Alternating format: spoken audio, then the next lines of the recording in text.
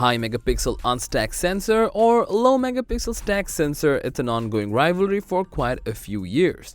But Fujifilm's latest release of H2S and XT5 has fueled this clash again, and we wonder what performs better when both are from the same manufacturer. So today, we dive into the ongoing discussion of Fujifilm H2S versus XT5, also known as stacked versus unstacked, which one is better.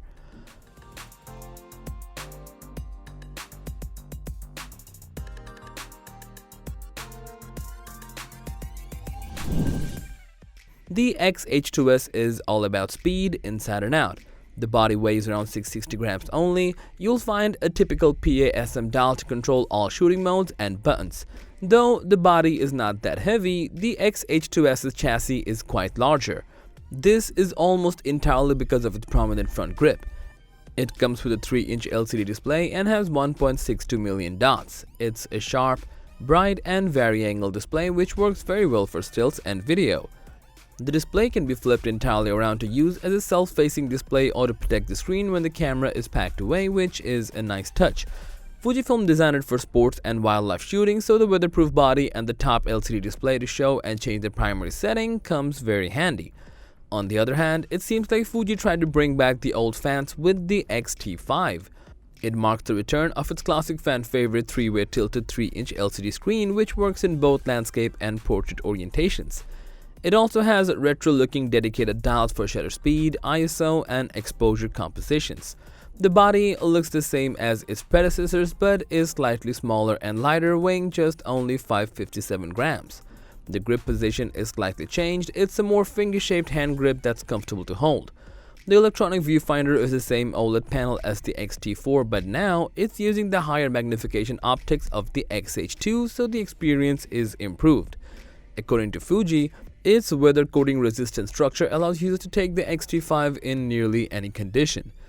All in all, H2S has the typical design and dial button placement that you'll find in many other Fuji cameras. But Fujifilm XT5 brought back the retro classic look and features a nice comfortable grip, so if you're into retro things, you'll like the XT5 more. The H2S has a brand new 26 megapixel APS-C sized X-Trans CMOS stack sensor. It's the first stacked sensor from Fujifilm backed by the latest X Processor 5 image processing engine that makes H2S capable of shooting 6K at 30 fps and DCI 4K at 120 fps in 4x2x0 8-bit internally. You can shoot 4x2x2 10-bit externally via HDMI and with longer recording times of up to 240 minutes.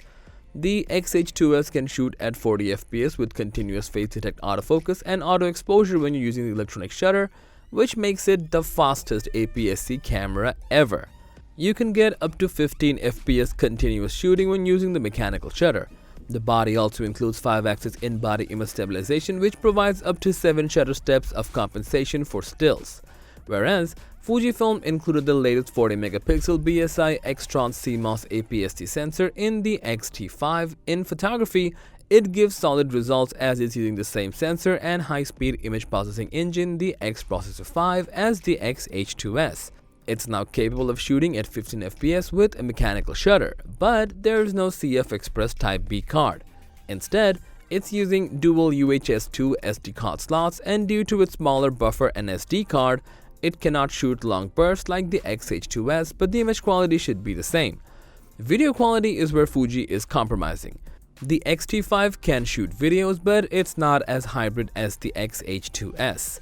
The 6.2K footage is collected from a 1.22x crop. Even 4K footage is also extracted from the 6.2K footage. In terms of video quality, Fujifilm H2S easily overshadows XT5 with its powerful sensor. The IBIS struggles in both of them while you shoot. But H2S does not beat all its rivals when it comes to shooting. Its stacked sensor's rapid speed means it has a minimal rolling shutter effect, so you can confidently shoot birds, sports, and other fast-moving objects. As mentioned, the layout of H2S is more like rival mirrorless cameras from Canon and Sony than other Fuji models. Instead of dials that display the shutter speed, exposure compensation, and ISO like the XT4, it has conventional front and rear dials.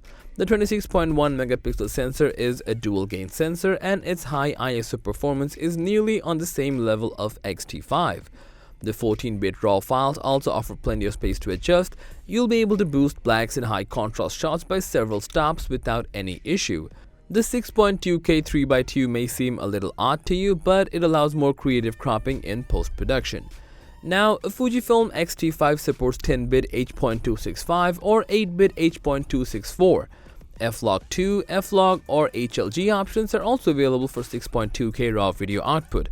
According to Fuji, its weather coating resistant structure allows users to take the XT5 in nearly any condition. Fujifilm is one of the few companies making high-end APS-C cameras, whereas most other brands are focusing on full frames. XT5 also had the same motto, and they tried to listen to what fans were asking. The XT5 is perfect for photographic genres like street or documentary, where mobility is the main priority.